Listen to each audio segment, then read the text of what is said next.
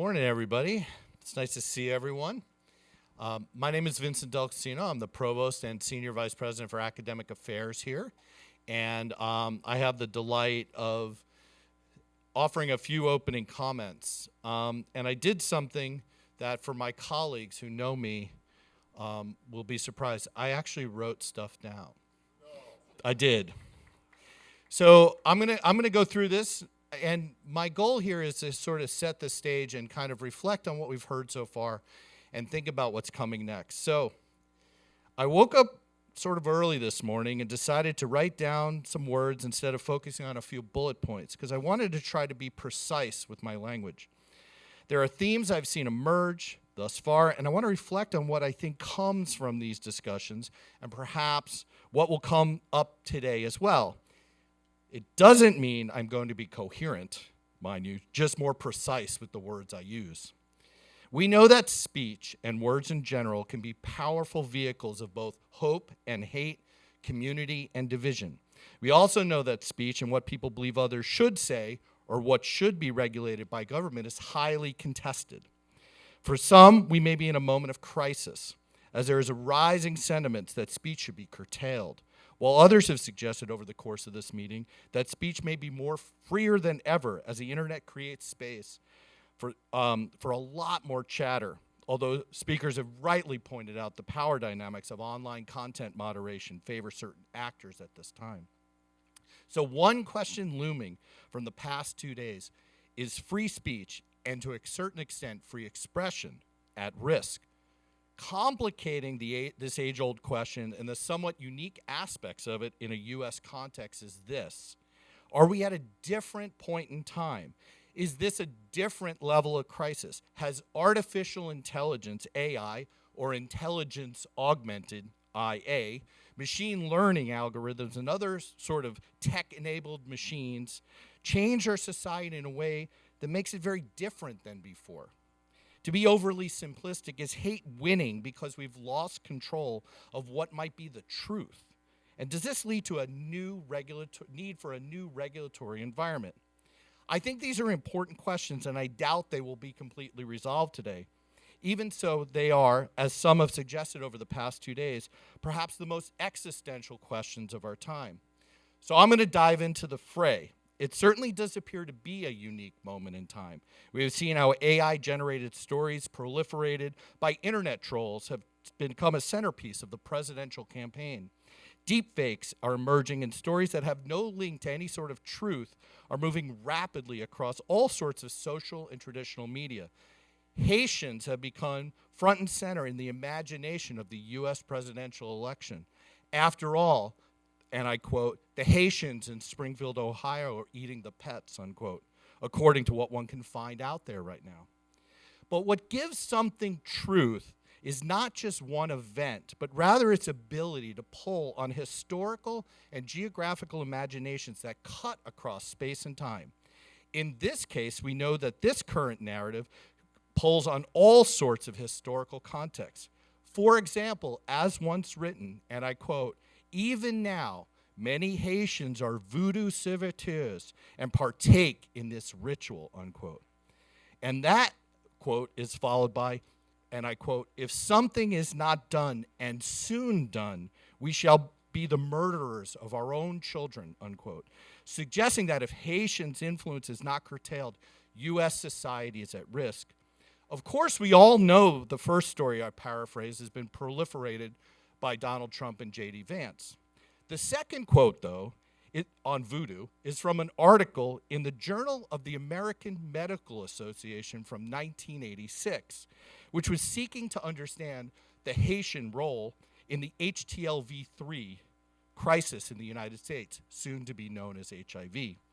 Anyone who is old enough to remember the news stories of the 1980s, the Reagan government in deep denial about the global pandemic, sought to target and then isolate culprits, the 4 H's, homosexuals, heroin users, hemophiliacs, and Haitians. While I certainly don't have the time or space to delve into the damage that this rhetoric played in the Haitian community in the 1980s, one only needs to remember living in New York and the calls to cordon off Haitian neighborhoods from the general population. Now, I'm sure you all recognize the third quote, which came from our third president, Thomas Jefferson, who had grave concerns that the slave revolt and revolution in Haiti, the first successful slave-based revolution in the Western Hemisphere against a European power, could spill onto U.S. soil and lead to further uprisings amongst black slaves and abolitionists in the U.S. South. Jefferson's politics led to Haiti's intentional isolation from the U.S. economy and deep economic and political conflict in that country for decades. So I guess what Donald Trump and J.D. Vance are saying is not necessarily new. It relies on a deep set of transhistorically and geographically racist tropes about what sorts of peoples Haitians are in the white nationalist imagination of the U.S. This intellectual requirement that bolsters today's racism is also deeply embedded in the data structures that are pulled into the larger speech machines that computing power can generate. So does this mean the time is different, or is this something more pernicious about the modern-day version of these racist ideologies? Yes and no, I think. The difference is partially about the moment that has resulted from our ability to realize Moore's law, our processing speed, and our ability to store, retrieve, and analyze very large quantities of data has hit a tipping point. This big data revolution is what the AI machines and the algorithmic subjects rely upon to concoct our current social media landscape. Unfettered by the traditional rules of data governance, in fact, big data are differentiated from what we traditionally have had in our hands in the academy, data that is structured. Big data and the algorithms do not require organization. It simply requires propinquity. If you can bring large amounts of data into a system, you can run endless hours of possible scripts, outcomes, and scenario. Big data thus has volume. Big data also has velocity, the data to move at incredibly faster and faster speeds. And because of the volume and velocity of these movements, a lot of people give big data veracity, a claim to the truth. But as we know, if you give the engines very few parameters or rules, they hallucinate, resulting in apparent truths that have no core basis in any known reality.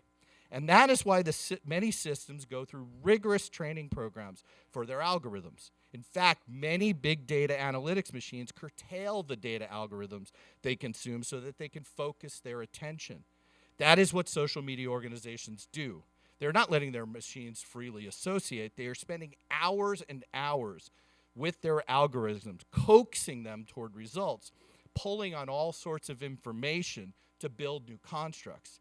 Herein lies then the core question of the day, which is this: is it so-called big data aren't big at all? Big data relies on what social scientists call little data, the ethnographic and quantitative snippets that constitute the clicks, the speech acts, and images. It is here at the intersection of data production and privacy that perhaps some of the most significant questions about the future of speech may lie.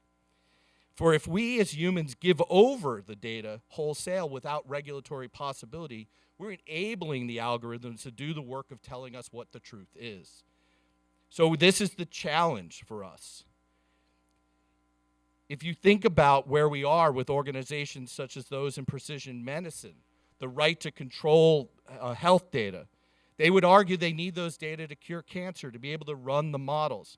But as Henrietta Lacks and the Tuskegee Airmen have taught us, choice to participate, to manage one's body is as critical as any other thing. And I think this is what is at stake at this moment. But I do not necessarily believe it's a new question. So if we leave the choice to individuals, how is this going to impact the questions being discussed today? And access to information such as books or the regulation of what we call hate speech. Why ban books if it's not to ensure that we won't have an educated population that can demonstrate the historical and geographical linkages I talked about above? I would say this is a question we struggle with in higher education every day. Business models have pushed public higher ed to very thin margins, and ed tech firms have swept in to help solve problems. As a provost, I'm actually thankful. As a citizen, I'm concerned. How we thread this needle, choose our partners, and protect the rights of students, faculty, and staff in our community all remain a challenge for some time to come.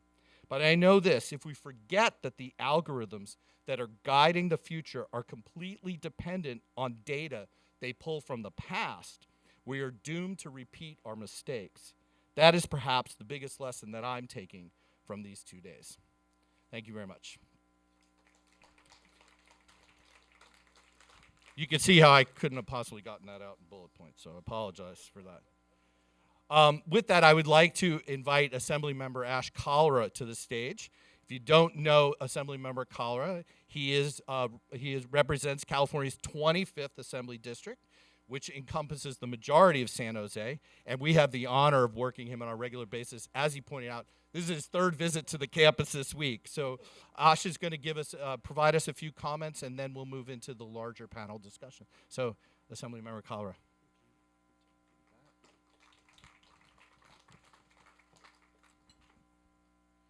Well, good morning, everyone. Yeah, 3rd time here. I think I'm on a tenure track now.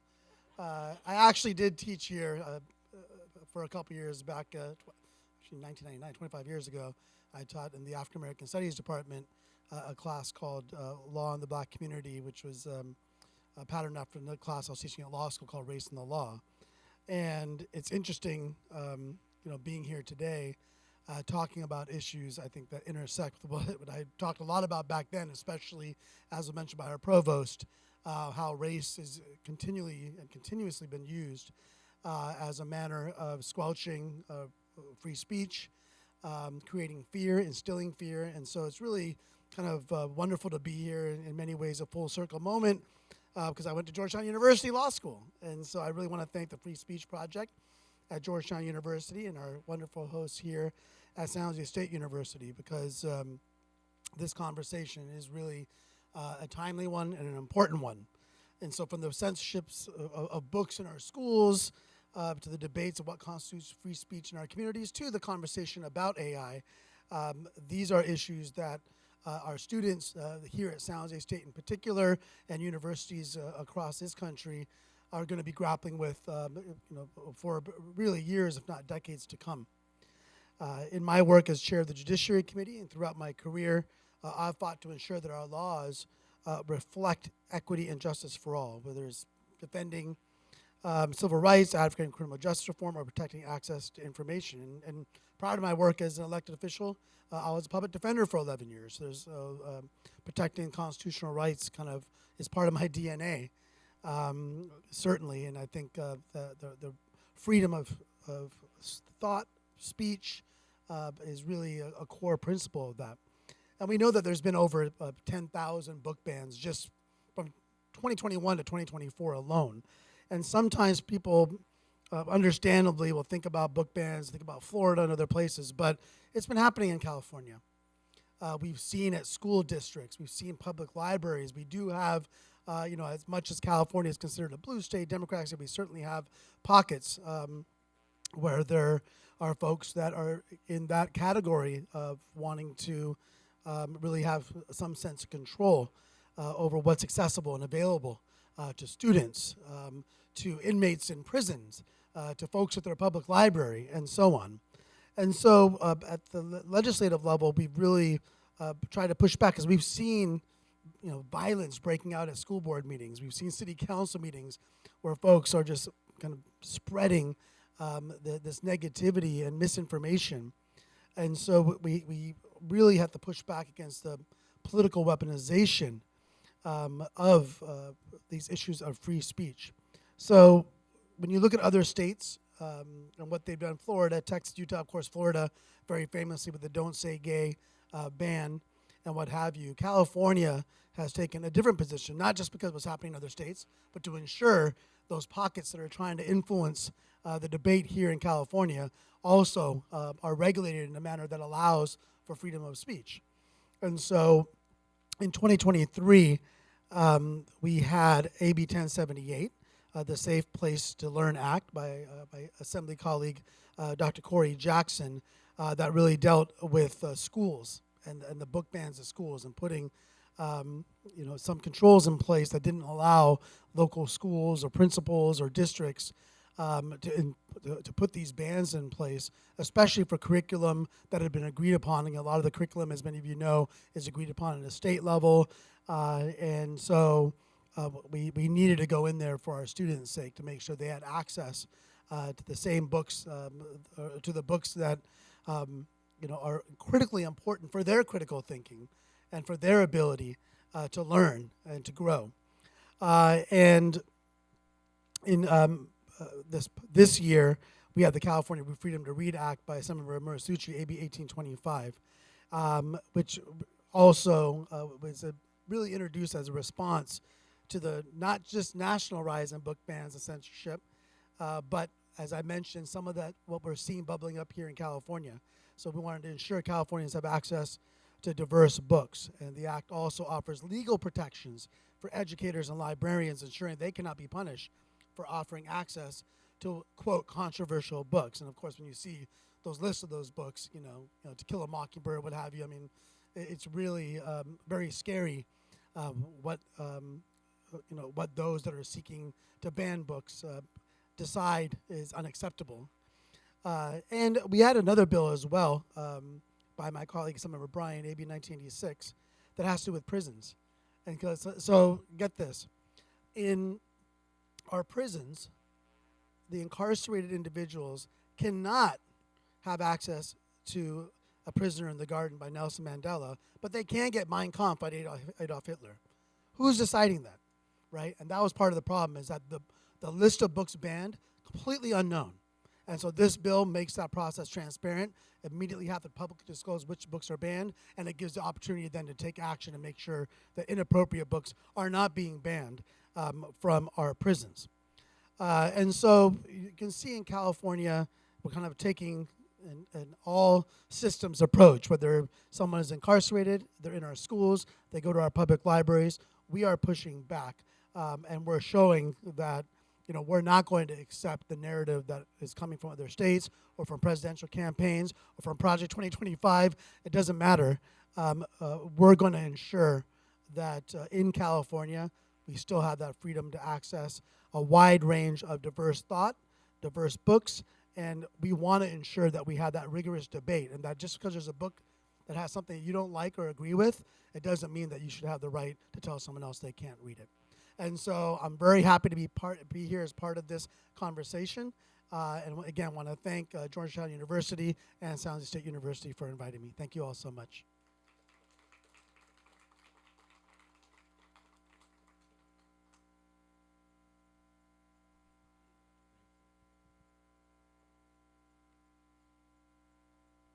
Good morning. I'm Sanford Unger, Sandy to most people, and delighted to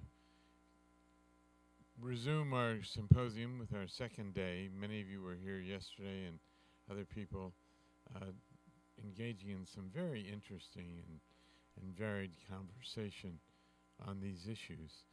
I want to thank San Jose State University is privileged in many ways, but additional ways are that it has an extremely articulate and knowledgeable provost, and it is represented by a very wise man, graduate of Georgetown University Law School in the California State Assembly. We're going to proceed with our first panel, a little running just a bit behind schedule this morning. We'll start with our first panel, which is basically about the concept of parental rights that has emerged and how it affects this insidious practice of book banning, which, as the Assemblyman has pointed out, has many dimensions, some of which we don't even really know yet.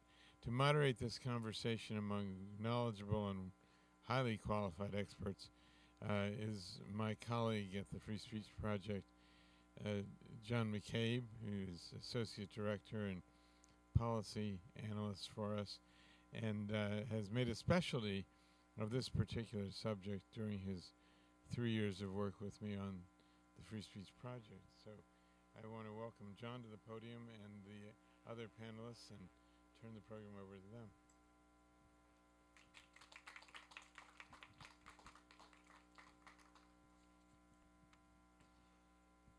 Good morning, everyone. Thank you all for being with us today. I kind of want to first echo my colleagues' statements. The Free Speech Project is honored to be here and honored to have organized this symposium with San Jose State University. I was saying to everyone, it seems like only yesterday that we were all on Zoom meetings trying to get this thing off the ground, and then I blinked and now we're here. And so it's just been a real treat. And can you hear me okay? Great, perfect. I'd like to extend a specific thank yous to Sela Gaglia, Edwin Tan, Nina Chun, Ryan Ward, President Tiente Matson, and the rest of the SJSU faculty, staff, and leadership who just were really helping us organize all aspects of this thing. So thank you very much. I think we're just going to go ahead and get started. Assemblymember Kalra, thank you so much for that primer there. I feel like we covered the majority of just the entire panel itself. I think we could do this thing in maybe 15 minutes now. I'll go down the list of our distinguished panel. Allison Lee is the Los Angeles director of PEN America, an organization that has done great work and robust work in collecting the data on this issue. So we're happy to have her and we're proud to have her. David Loy, the legal director of the First Amendment Coalition. David Loy's fellow attorney, David Snyder, was with us 2 days ago, which was great. We loved hearing what he had to say about the condition of free speech in America. And then we have Michael Meth, the dean of San Jose State University Library, who I've had the pleasure of getting to know throughout this past month and a half now. So thank you all again for being here. Allison, I'd like to, well, first before I get started, just to kind of set the tone, the American Library Association has this very interesting graph that measures book contestations from 2014 until 2023. And you can click each year and look at a map of the country and select a state. And from 2014 to 2020, when you go into just pretty much any state, a lot of these challenges to books are in the single digits.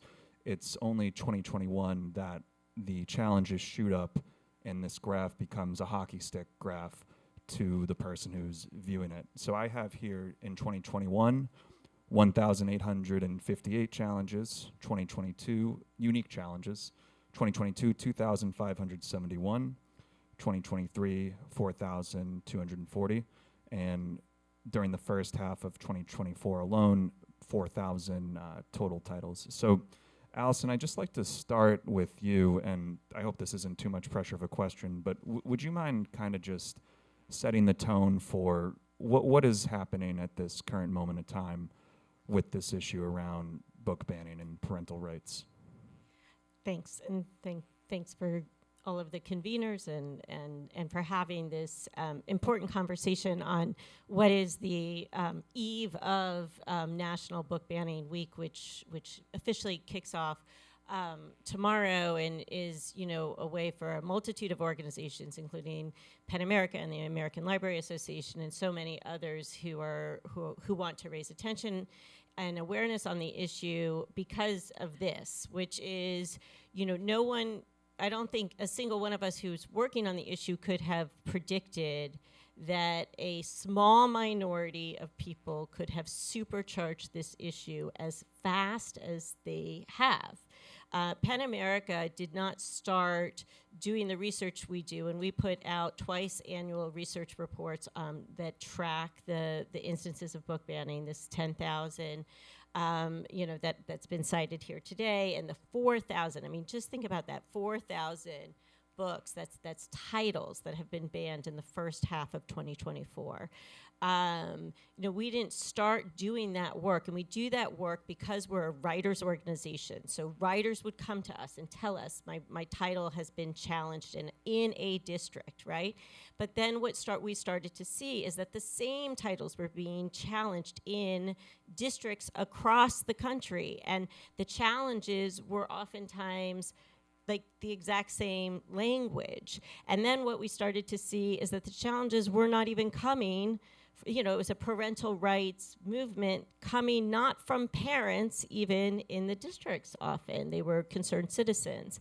And I think what the last couple of years we've seen in this, instead of a book here or a book here or a school district here, or it might be 20 books that are challenged, or what you're talking about with this map with now thousands of books being pulled from the shelves, is the introduction of legislation.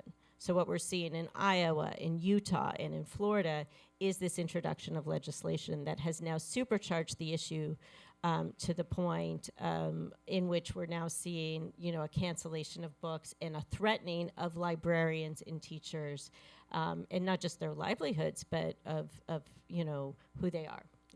Yeah, and to pose this question to any of the panelists, just stepping outside of California for the moment, Allison, you mentioned Utah.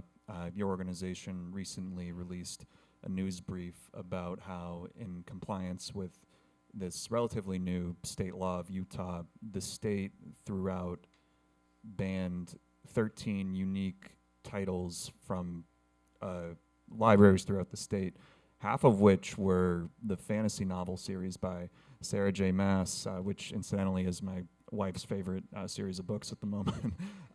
But your organization said, and again, any of the panelists should feel free to respond, your organization said that that specific and recent move, which I believe took place in August or early September, or August, your organization said that this move was unprecedented, and I'm wondering how come, and do any of the other panelists have reactions to this latest story or any instances of book banning that they've seen that have occurred outside of the country or that they have read about?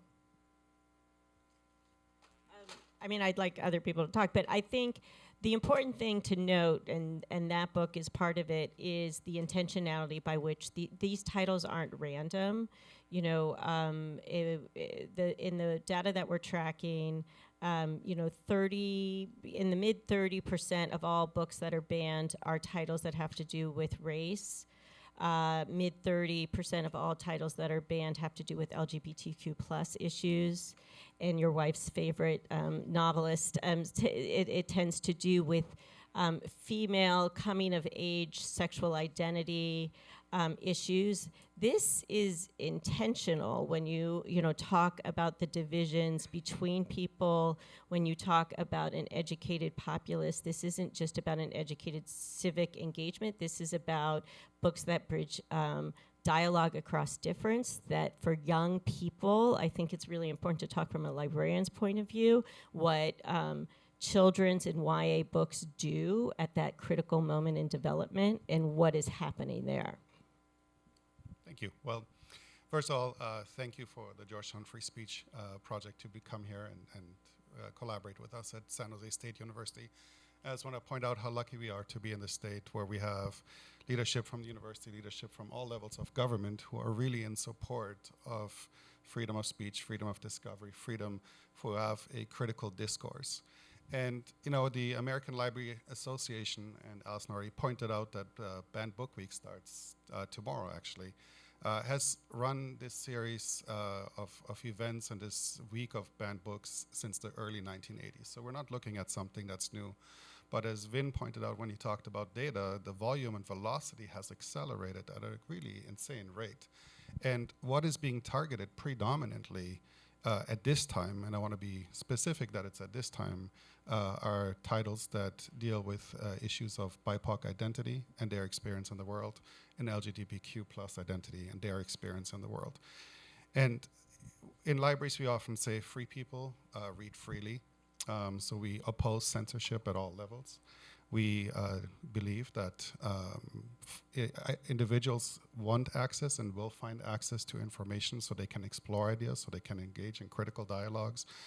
And that includes people at all ages. That is children just learning to read, as well as it is seniors who are finding ways to explore the world through new avenues and new angles. And books really allow us to see the world through different eyes, through lenses that might not be ours, but also they might give us comfort in realizing that others have same lived experiences and stories as we do. And so eliminating these stories is a humongous problem, which I will say, quite frankly, some folks who are behind those book bannings perhaps are forgetting there's this thing called the internet, and we did talk a lot about that yesterday, and social media, and ultimately, information wants to be free and it will be found. So it is not going to help trying to ban them. But what it does is it creates an environment of intimidation. And that environment of intimidation is something that individuals in libraries experience very strongly. It creates an environment where whether you're at the director level in a library or as a page at one of the lower levels, you're feeling this. And to me, that is one of the areas of concern that I want to highlight, is that these intimidation tactics, so in this last year, we saw over 4,000 titles challenged, not actually banned, but challenged for what it's worth. But it creates an environment where folks might, in the long run, make purchasing decisions. Publishers might make decisions about what stories they will publish. And I really hope that we can find it within us not just to elevate those stories, which I believe are actually, by and large, the loud minority that is trying to scream and wants to ban these books, but we get to encourage and we get to find ways to amplify that there's a large silent majority that actually has no problem with book bannings. And statistically, the evidence that we're seeing is that about over 70% of people outright just oppose book bannings in some of the statistics that I've seen. So there's broad-based support for books being everywhere. And I will say one last thing, and then I'll stop. With respect to banned book weeks, for any of you who are here at San Jose State University, we have a very robust set of programming next week. I want to encourage you to participate.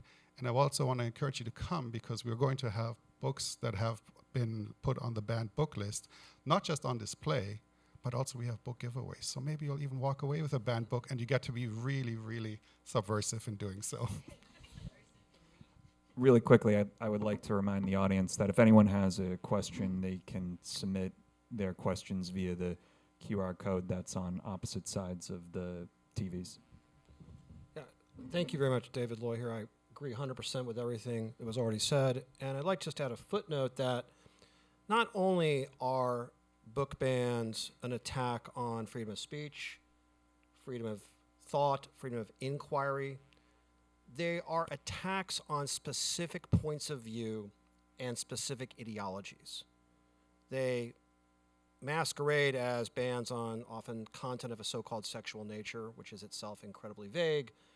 But if you want a book that says a lot about sex in an incredibly graphic way, pick up a Bible. I'd be extraordinarily surprised if anybody is trying to ban the Bible from a public library. What is being banned are books that create dialogue or reflect openness and acceptance toward lived experience of BIPOC and LGBTQ people. What is not being banned, for example, I suspect would be, a manual on abstinence before marriage and preaching, heteronormativity, the normalization of, a heterosexual couple with a male breadwinner and a female stay-at-home spouse. Now, I'm not here to criticize the people who choose to live that way. That is their choice.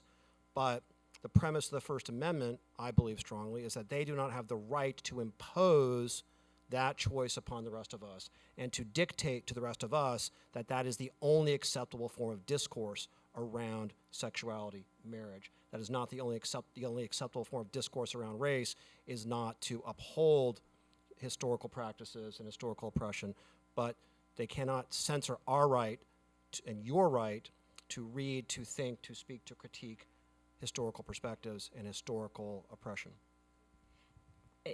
To me, that is the most personally befuddling aspect of it being framed as a parental rights movement, right? Because not a single advocate against book banning is saying you as a parent don't have the rights within your own household or in relationship with your own children, and that relationship that you then hold between your child and your in your school district and your teacher and your librarian to make decisions for your family about what you read and what you don't read. By all means, have conversations with your child.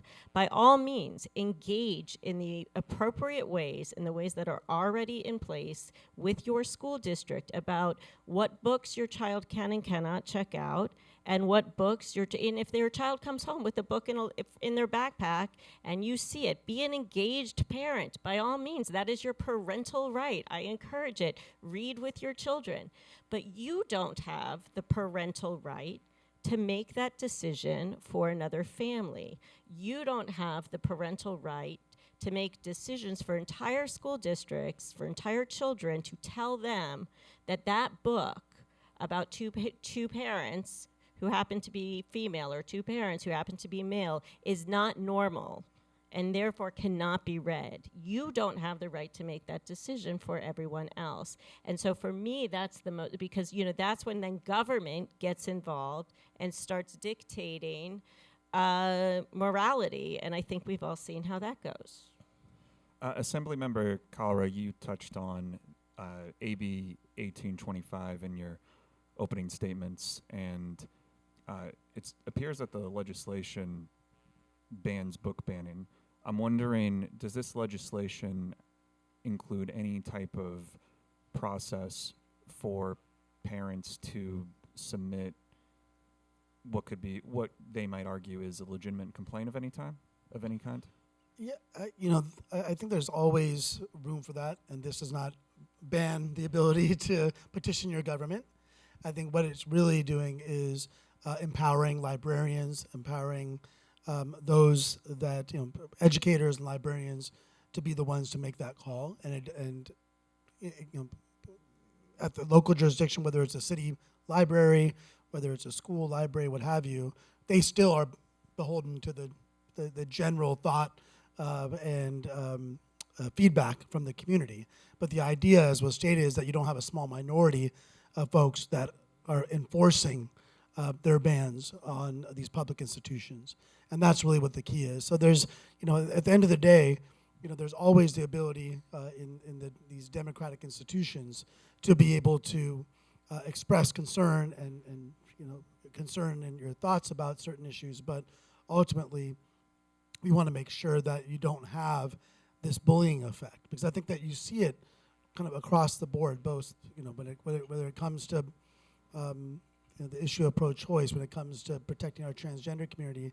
What's really interesting in how California is approaching all that, because we've actually passed legislation to protect women, for example, that have to flee their state because their right to choice has been taken away from them, or transgender youth who have to flee their state because their freedoms are being taken away.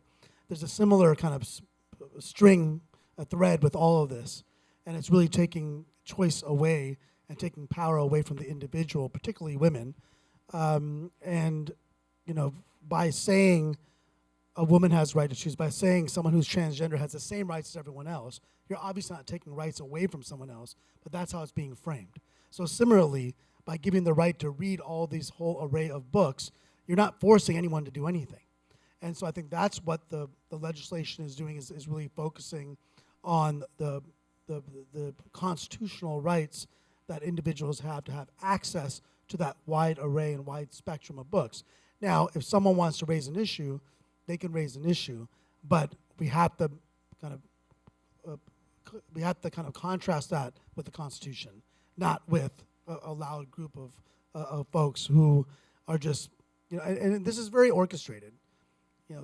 At school board levels, we're seeing kind of MAGA Project 2025 type candidates running for school boards across California. Again, not just in other states. So this is not a matter of simply, we're just in this one particular library, we're trying to ban a book. It's extremely orchestrated. And so I think especially when you have this kind of orchestration that's in place, you really have to double down on the Constitution. And that's really what the state is doing.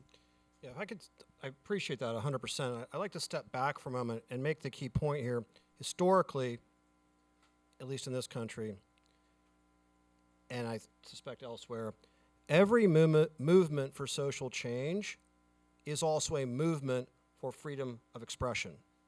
Freedom of speech is the oxygen of dissent, of debate, of civil society, of protest, of organizing, of change, abolition of slavery, universal suffrage, reproductive justice, LGBTQ rights, equal rights for African Americans, civil rights movement, women's movement.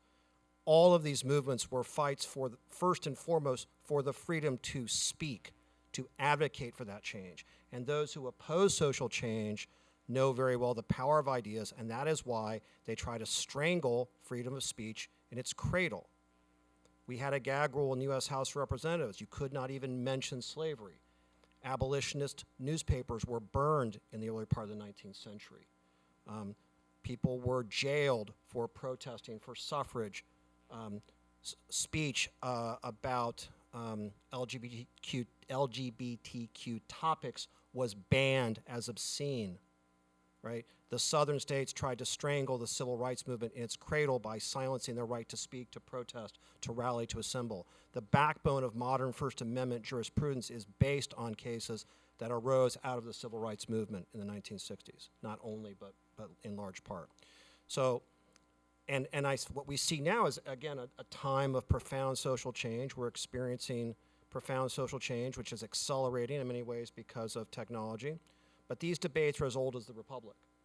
And those who want to strangle social change will first and foremost strangle the right to speak and advocate for change, which is why we have a First Amendment. And for all the flaws in the American experiment and all the flaws in the original Constitution, of which, I would be glad to share there are many, the right to freedom of speech is largely, the robustness of freedom of speech is largely unique to the American experiment and a unique genius of the American experiment.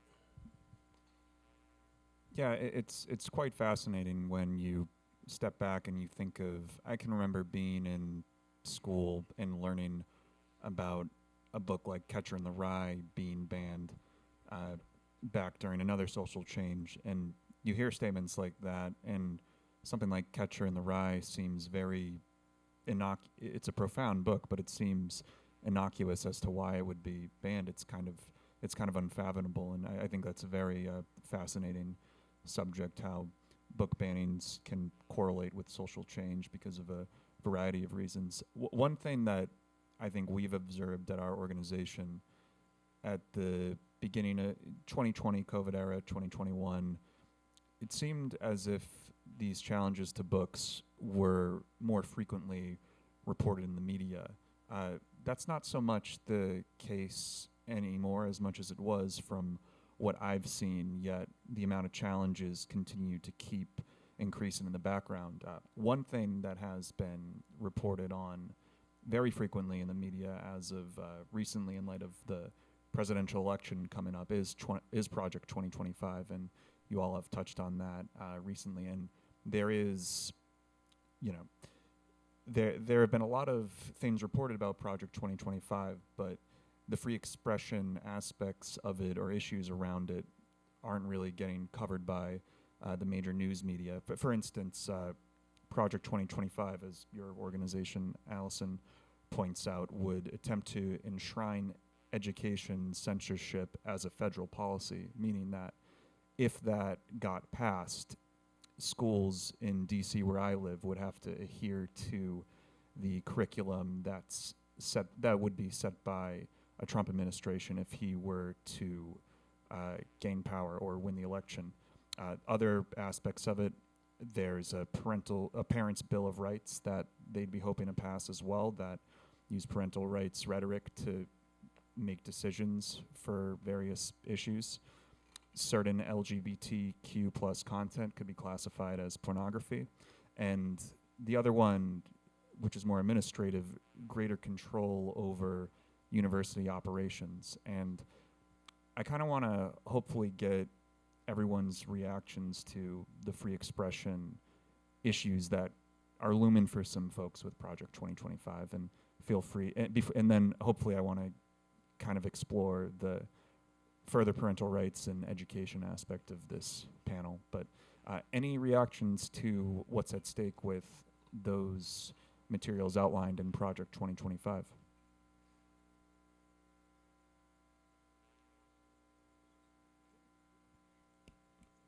I'll say briefly, I'm no expert in Project 2025, so let me start by saying that.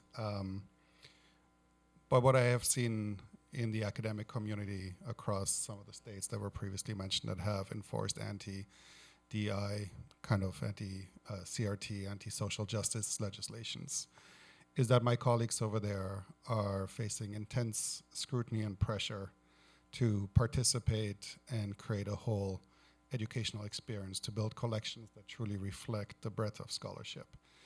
And attempts to erase this availability of information and knowledge as it is presented through books, but also through journals, academic and non-academic journals, creates a tremendous, tremendous vacuum and gap in what needs to be filled in. And what I find is also very fascinating is that not only are my colleagues in library struggling, but so are the students and the faculty at those institutions who are now precluded from doing the research for engaging in the conversations, many of whom identify with some of the markers that are being targeted for exclusion and in these book bans and challenges. So to me, that is a very scary proposition that essentially threatens, as David said, sort of the great American experience, the American experiment, and what we have enshrined in the Constitution as free speech. So I'm very concerned when I hear what you're referring to, because it's a scary conversation, and many folks in our community just that they're getting passports ready and starting to think about not only leaving the profession but possibly leaving this country if things go that way. I think it's very clear to me that Project 20, and I think to many others, like Project 2025 is the authoritarian's handbook, right?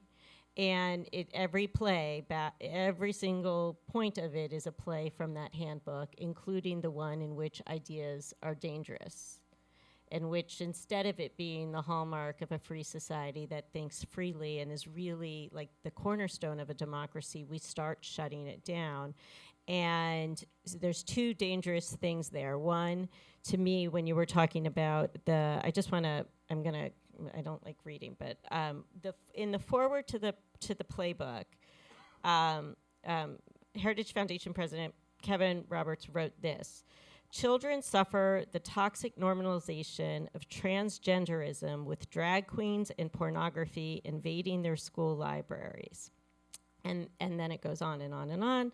And then it says, "Educators and public librarians who purvey it should be classed as registered sex offenders." There is an othering here of transgender people, and then there is also this othering and this criminalizing of educators and librarians. Educators and librarians in particular. I think there was a survey that was done by Every Library Institute and Book Riot that the highest level of trust in a school is the school librarian and public librarians. 92% of parents and grandparents and guardians trust librarians to curate appropriate material. And this criminalization, this idea that librarians would think, librarians and teachers are now in states right now and under Project 25 would think, I could be registered as a sex offender for a book, for offering a book, for having a book on my shelf, for an idea. Like that, this shutting down is a shutting down of two things: the shutting down of a free society that thinks freely, and the sowing the seeds of distrust in the very foundations of our civil society. Think about it. Teachers, librarians. Libraries are the most democratic, and I mean that in the small d, institutions we have. Every immigrant, everybody has a library story in which that was the place where we encountered our different ideas. That's the place where we learned. That's the place where people study to be citizens. We all have that story. And to undermine that is very intentional, and to criminalize it even more so. Yeah, I cannot do better than the words of Justice Robert Jackson in West Virginia against Barnett in the height of World War II, upholding the right of students to refuse to say the Pledge of Allegiance. Yes, the government, I cannot quote him exactly, but I commend his opinion to you. It is one of the most brilliant defenses of freedom of thought and freedom of expression ever put to paper. And, the government cannot be in the business of preaching what is orthodox. Yes, we can have uniformity, but it will be the uniformity of the grave. That is at the end of the day, do you believe in a free society where people are free to speak and think and read, or do you believe in a society of control and censorship and tyranny? And there are billions of people in the world living under regimes of control and censorship and tyranny. Are we going to allow the United States to become one of them, or are we going to continue to uphold freedom of speech as the cornerstone and oxygen of civil society? Now, I want to be clear, right now, it appears the worst threats to freedom of speech do come from the right wing's version of authoritarianism in Project 2025. But to be clear, censorship is a bipartisan issue. There is always, I suspect numerically it may be less so right now, but threats to freedom of speech come from both the left and the right. So let's be clear, I have my personal politics, but I separate my personal politics from my defense of freedom of speech, because at the end of the day, some things are more important than a particular political ideology. It is the very foundation of civil society to have freedom of speech, which is why I will defend passionately the right of people to speak the thoughts, the ideas that I vehemently disagree with. But I will also defend passionately the rights of others. I will resist their attempts to impose their ideology on the rest of us.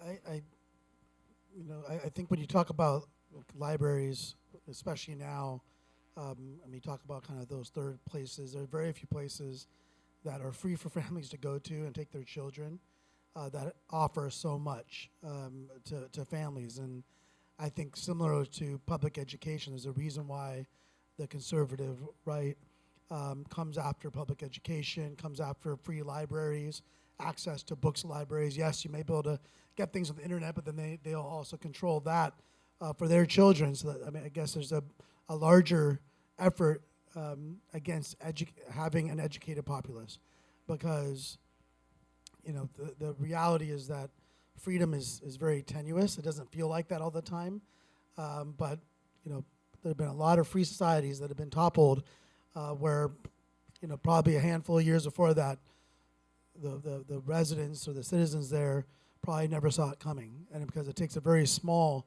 percentage of folks to be violent and angry, to really have to be able to push their agenda, and for the rest of the folks kind of just sit back quietly and watch it happen before they know it's too late. And so whether it's the risk of prosecuting librarians, or what we're seeing right now, where women have literally died in the last few weeks because doctors and healthcare professionals refused to give treatment because they were scared. They weren't sure if they were breaking the law or not, and whether they'd be arrested or prosecuted. And so women have literally been dying in recent weeks. And so it's that fear that's intentionally placed not just in those that want to seek the ability to read that book or seek medical services, but those that are kind of those that are the gatekeepers of that in a good way. Our librarians, our doctors, our nurses. Fear is instilled in them. So we're asking a whole lot of these public servants to be the ones to make that call, for school board members to have to take this really nasty, for these part-time jobs that don't pay anything, and they're having these MAGA right-wingers coming to their school board meetings and just being incredibly vile and making their lives miserable, posting their home addresses, and on, to the point where someone will say, you know what, I don't have time, I don't want to do that job anymore. So who's going to take that position is going to be someone that's like-minded to that very small minority. And so, again, it's the thread that kind of connects this intentional instilling of fear, using the criminal court system, civil court system, but ultimately putting a heavy burden on individuals that to make the call. That's putting a lot of weight on individuals that chose to be a librarian or chose to go into the healthcare profession or chose to be a teacher, and now you're putting all this weight on them, and that's very intentionally done. Shifting gear. One more quick comment, sorry. As a librarian, I will just quickly say that my heart is very full hearing all the love for libraries and librarians and library workers, because there are many folks in libraries who work who are, as you said, they're in non-librarian roles, but still are very importantly contributing. But the thing that I think is so important to consider in all of this is that libraries are safe spaces.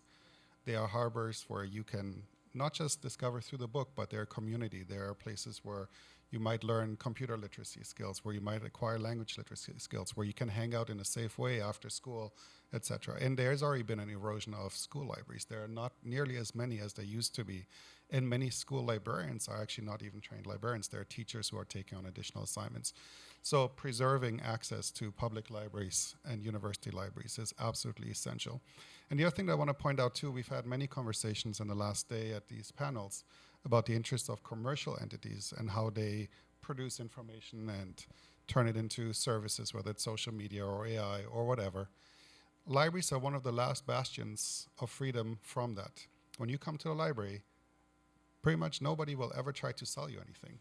We create a space where you can discover free of those kind of pressures that we're constantly subjected to. And I think that is something that also we need to preserve, because that last place of mental peace and mental quiet from a sales pitch is rare and rare and rare. Thank you. To shift gears of this, before we field questions, I want to touch on the educational aspect of this panel, specifically where education and curricula have been contested. Michael, you touched on CRT, which was kind of another thing too that a couple years ago was being reported on constantly in the media as an issue that was being contested. Now we don't hear about it as much, but before sort of the 2020 COVID era, no one really knew what CRT was. And that issue is also related to how Black history has been contested in various schools around the country, in various schools, districts, other hard history that's difficult to grapple with has also been contested. And it relates to this issue of parental rights. And one of the things that we hear a lot from the perspective of somebody who supports parental rights is the need to protect students from harmful ideas. And as it pertains to education, with things like Black history and CRT and other controversial moments in history, what are your reactions to all of that?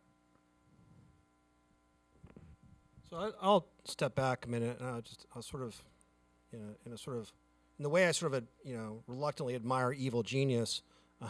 I will not commend, but recognize the very effective way in which the right wing has appropriated language of safety and fragility. And I think it's a mistake to ever say that an idea causes harm. Conduct causes harm. Violence causes harm. Ideas provoke debate. Ideas provoke thought. Ideas can be debated. Ideas can be critiqued. Ideas can be discussed. But I want to take issue with the premise, whether coming from the left or the right, that an idea by itself, that narrative by itself, creates harm. Exposure to ideas creates potentially the discomfort of growth. There's a reason we use the term growing pains, because growth can be uncomfortable, emotional, physical, intellectual. The purpose of freedom of speech in a pluralistic society is precisely to provoke constructive discomfort. And so I think it's important, and I will humbly suggest that all sides of the political spectrum should reconsider the premise that ideas cause harm. And I'm far from a pedagogical expert. I'm not a teacher, so I am not here to mandate or dictate how curriculum should be run in public schools or private schools. But if we concede the premise that ideas alone cause harm, then we've lost the battle.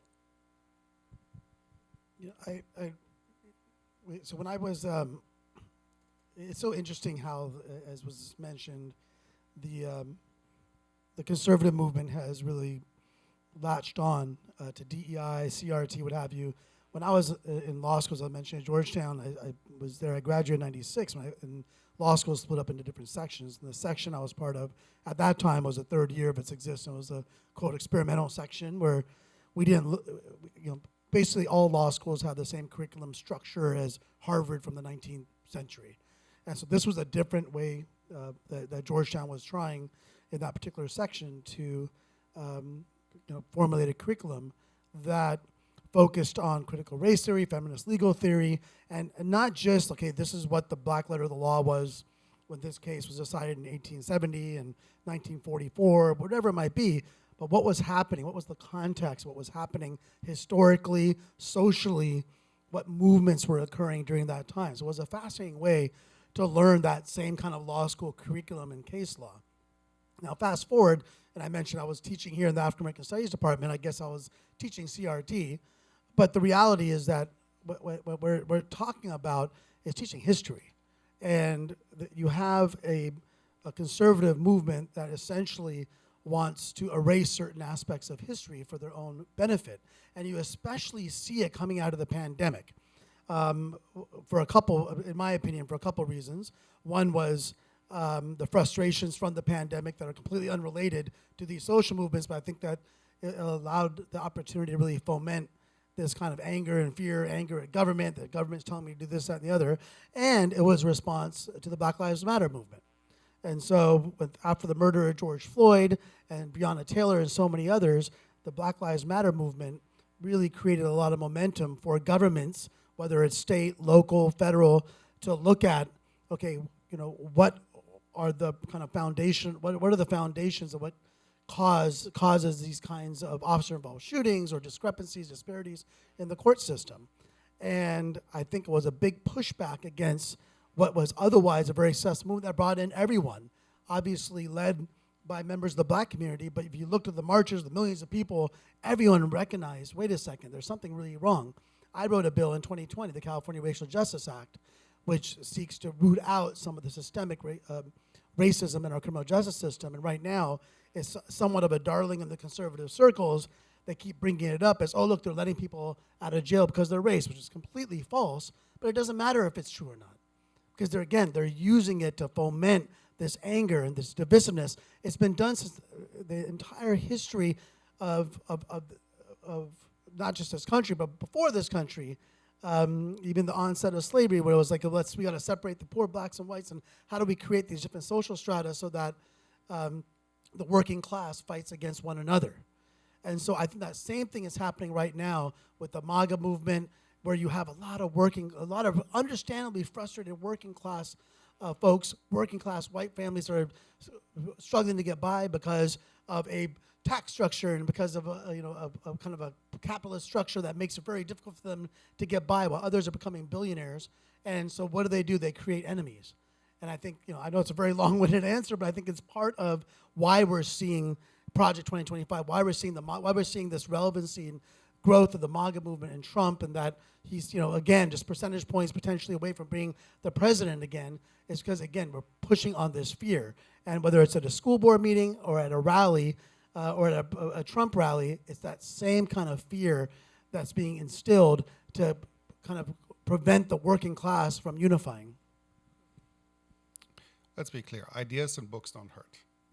Ideas and books only hurt, particularly as books, if you drop them on your foot or you throw it at somebody, right? Like, that's the only time they hurt. So removing titles, trying to ban this intellectual discourse is highly problematic. But here's another thing. When you engage with something in writing, whether it's as a novel, whether it's as a textbook or a nonfiction book, or whether it's a graphic novel perhaps, you slow down. You slow down from the speed of social media. You slow down from this constant bombardment that you're getting straight into your brain through whatever size screen you're watching. And so, again, removing these titles or trying to challenge them, trying to remove them, removes a level of deep discourse that you can only get when you converse through that medium, which is captured in typically a rectangular format with pages on it. So it is another reason why we need to preserve access. I was I thought where you were going was, and I'm not an attorney in the room, and I recognize I'm in a room with a lot of attorneys, but is that one of the brilliance, you got to take your hat off to the fact that like we're all talking about critical race theory when critical race theory is a very specific class that is taught in law schools and not a single high school. Like there is not a curriculum K through 12 that is teaching critical race theory. They might be teaching a different viewpoint of history, right? What they might be doing as teachers in curriculum have always done is developing it, evolving it, allowing us to encounter allowing our children to encounter a different way to think. I mean, think about textbooks. Textbooks have evolved over time, and we are better for it. The American story is better for it. And I think that, and we still have a lot of work to do.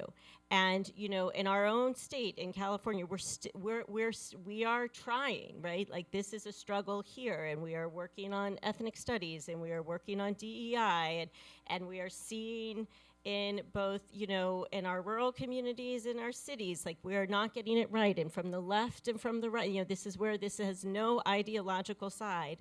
But I think that it's the conversation, and when I come back to this, from where I sit at PEN America as an organization of writers, of an organization of people who are allies of writers and of concepts and ideas, like at the end of the day, the whole idea is to build humility and empathy, and this idea that like I don't have all the answers, I don't know all the stories, I can learn more. And what this does, this weaponization of it, this fear mongering of it, is a shutting down. It's just such hubris that we have the answers, and there is one story, and that is the only story to be told.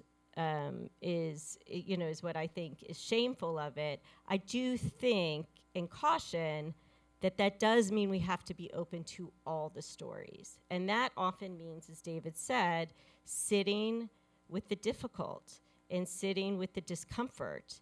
And that and is not something that because of the algorithms and because of social media, any one of us is comfortable doing anymore, because we have a curated system by which we do not encounter a different point of view anymore on all sides of the spectrum. So.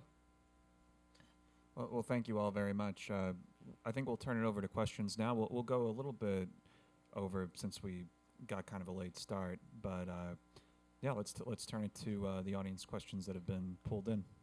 Yeah, so our first question is, can you speak to the social and college preparedness gaps that are created when young people and children grow up in communities that ban books and critical race theory?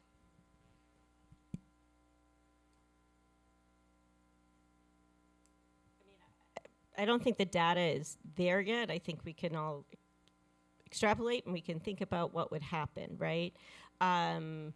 Libraries are safe spaces. If libraries cease to become safe spaces, what happens then? Teachers and librarians are trusted resources. I might be a young person who hasn't quite figured out my identity yet. I'm not ready to talk about it with my parent. I'm not ready to talk about it with my teacher. I'm not ready to talk about it with anybody. But I see a book on a shelf, and I might be able to encounter it there. What happens if that book is no longer on the shelf? What happens with that student? What happens with their discovery?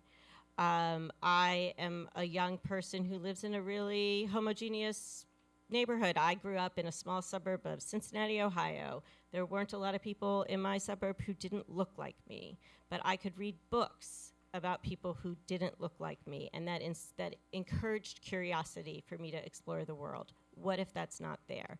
So I don't think the data is there yet. I think there is a lot of data about the social media, like, the wind tunnels we all live in. But I do think, and I will say, that the other thing that PEN America works on is we do a lot of campus protest work as well from a free speech perspective. And we are noticing that students are coming to college without this muscle of sitting with dialogue across difference and how do I sit with speech that I really disagree with? How do I not just shut it down or say it's wrong or do this and cancel it? How do I actually listen to it from all sides? And I do think that is in part one of the, not necessarily of the book banning movement, but of what we're seeing overall. I think everything that Allison said, but I will just say something very specific about libraries. There's a very generational, I think, experience with libraries, and there's also a experience inside the generations that very much determines whether you are fortunate enough to be in a school district where there is still a school library, whether you are in a school district or in a city or county where there is a strong public library or whether there's not. Whether you have a physical library or a bookmobile that comes to you. And for those students who are fortunate enough to come to secondary, post-secondary education, like the ones I think the question is asking about, what we are seeing from the library is that there is a process of educating what a library is, what it can be, and how folks may want to interact. And libraries, we should be clear, like we have an incredible library on this campus. The King Library is a phenomenal building, but it's also monolithic. It is huge, and it is for a lot of people very intimidating if they don't realize that the library is for them. And so what we need to recognize that whether it's the library as place or the library as service or the library as a concept is something that we also continuously need to educate our communities about at all levels. But this question, I think, was specifically about students so that they can come and they can experience everything that we are here, I think, as lovers of libraries, if I can say that for all, are broadly feeling and experiencing, and we want to have that experience for others. And I will just say quickly, where that experience is also particularly felt is, again, in BIPOC and LGBTQ communities from certain areas where maybe they haven't had that access. And removing, as these book bannings and thought control experiments, I think, that are being run, if they're at all successful, that will have long tail effects that I think, I don't want to speculate, and we don't have the data yet, but I can just tell you it's concerning, at the very least. Sir, do you want to ask a question? Yeah, it was just Richard Craig. I'm a professor here at San Jose State. Nina, can you pass him the mic? Or can I just use my lecture hall voice? We're recording. Okay. Again, Richard Craig. I'm a professor here at San Jose State. When we're talking about the educational aspect of this, I'm just going to throw in an observation that I've had that a lot of my fellow faculty members have had about the convergence of things that seems to have led to all of this book banning. My wife worked in libraries for 15 years, so we're all about books. But there's been this thing percolating for a long time to ban books, but it's like a combination of the Trump movement and COVID, as the Assemblyman mentioned, this fear that came with both of those. I have seen, since COVID happened, since we started doing these things on Zoom, when we talk to incoming students, their parents, in a lot of cases, don't want to let them out of their sight. The fear that came with that seems to permeate a lot of the classes that we're seeing coming up. Students are fearful of, it's just this residual fear from COVID. And we hear from parents much more than we ever used to. Like, again, this is in my experience and some other people's. Do you think that might have something to do, this convergence, with why book banning has just taken off during this period?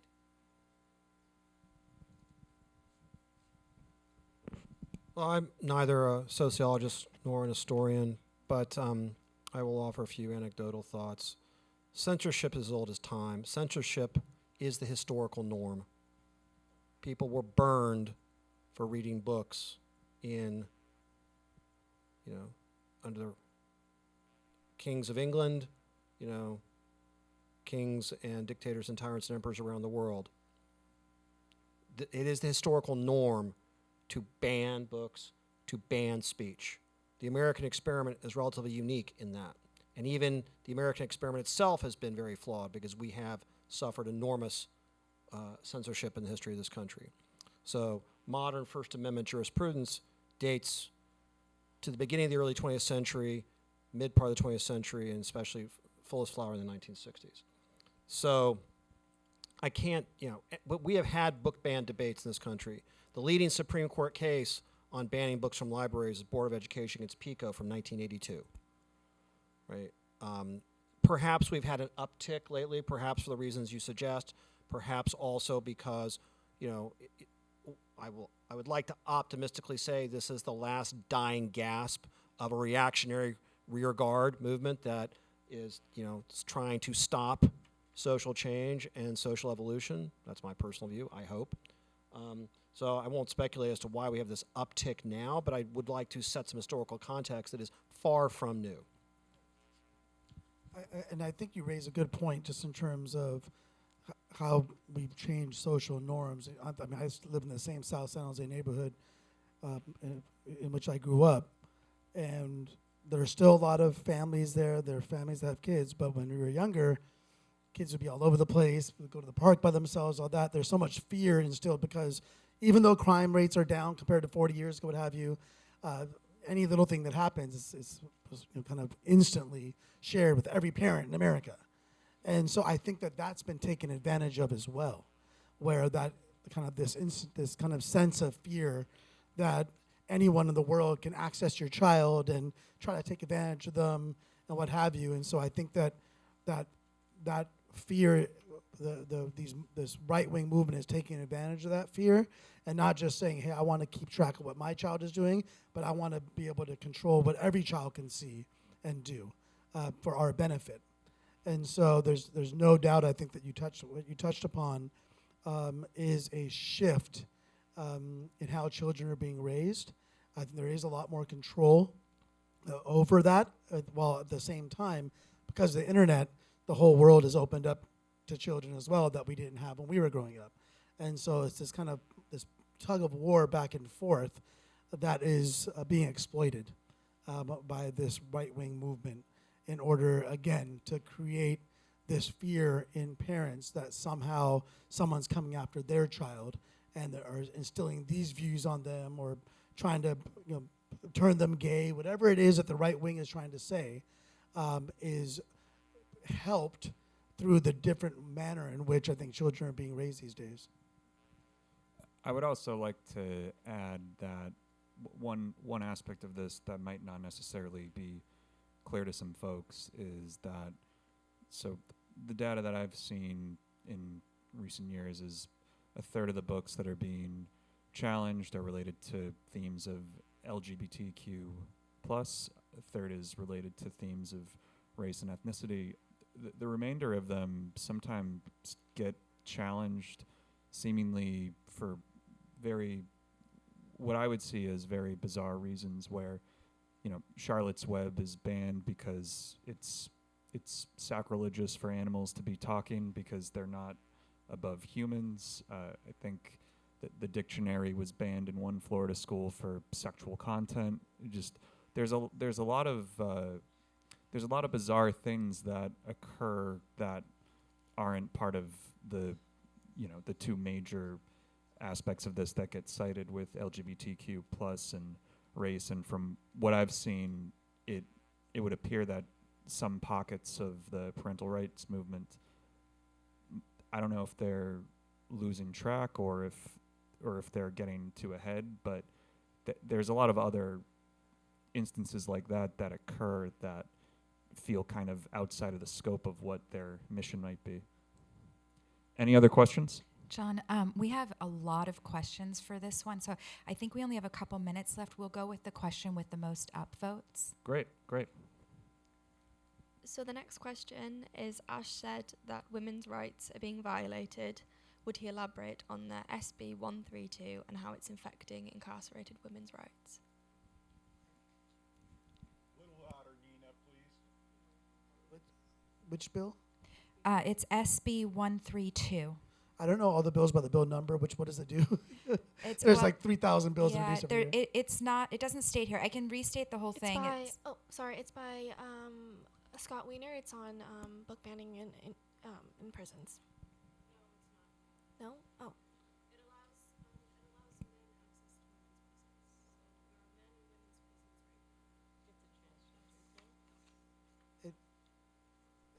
Men and women's prisons?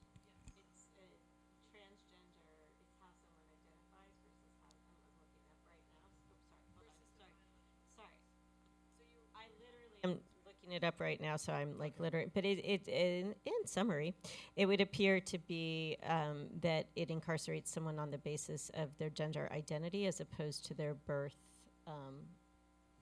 assignment. So there's, so it's asking each individual entering into custody of the department to specify the individual's gender identity, whether the individual identifies as transgender, non-binary, or intersex, and their gender pronoun. Well, I will say a couple of things. I worked as a public defender for 11 years, and there were situations where there were individuals who identified as female that were in the male or the men's prison who had to be kept in protective custody because they, were afraid, and their status, their protection, or the ability for the jail to be able to protect them or keep them safe was, difficult. And so it's, I think it kind of goes with the same thing of the idea of the restrooms would have it. There's this fear that, men are just going to say they're a woman. And it's not as simple as that in order to be housed in a female prison because you're saying you identify as a woman. There are checks and balances to that, but also if there's anyone in danger because of that, that person gets placed in protective custody. So it works both ways, because I've seen that at the county jail when I worked as public defender, that if someone is placed in a female prison because they identify as a woman, it doesn't necessarily mean that they just get released into general population if there's some reason to believe either they or those around them would be endangered. And that's under the discretion of the Department of Corrections. And so that doesn't change. The idea behind this, as well as restrooms, or as well as other aspects of society, is that we have to understand, or at least I think that in general, is that we want to respect what people's gender identity is. And it's not much more complicated than that. And I think that, there's always this fear put in, transgender, this and the other. The reality is that, having a drag story time, what have you, is, or things of that nature are sometimes used to create this kind of shock and awe sense. But the reality is that we don't see violence coming out of those situations. We don't, allow for violence in our, or at least we've moved in a better direction in our prison system to not allow for violence in our system. I think the prison system was way more violent back in the 80s and 90s. We've done a lot of work to reduce that. We're focusing more on what's called the Norway model. I visited the Norway prisons, which actually injects a lot more social services and kind of a sociological approach to how you actually heal people. The warden at the Norway prison said our goal is to create good neighbors. I don't think that changes based upon the gender identity of the person that's in that prison or in that correctional facility. And so ultimately, individuals, the state has the responsibility of the welfare of every individual under its custody, whether it's the healthcare system or just personal safety. And so if at any point, because of a judgment call made by a prison or a warden based upon someone's self-identified gender identity puts someone in danger, that's a liability for the state. And so you have to, at the end of the day, it's not some rampant issue where you're having thousands of male inmates saying, I'm a woman now. It's not, that's not what is happening and not what is going to happen based upon past experience. It's not exactly an easy lifestyle to be able to say, I identify as a man, so I'm going to women's prison, or vice versa. It's a very challenging environment for that individual. And so people aren't taking advantage of it just so they can, shack up with a bunch of women, and they're actually a male. That's not what the end result of what we're seeing because of those policies are. Well, thank you, everyone, and thank you for the questions. I think we'll conclude it here. It's been a pleasure speaking to all of you. I hope everyone here, I'm looking forward to the next discussions that are going to be coming up. Please stick around for those. Those are going to be great. I hope everyone here has a great weekend and an even greater Ban Books Week. Thank you all so much.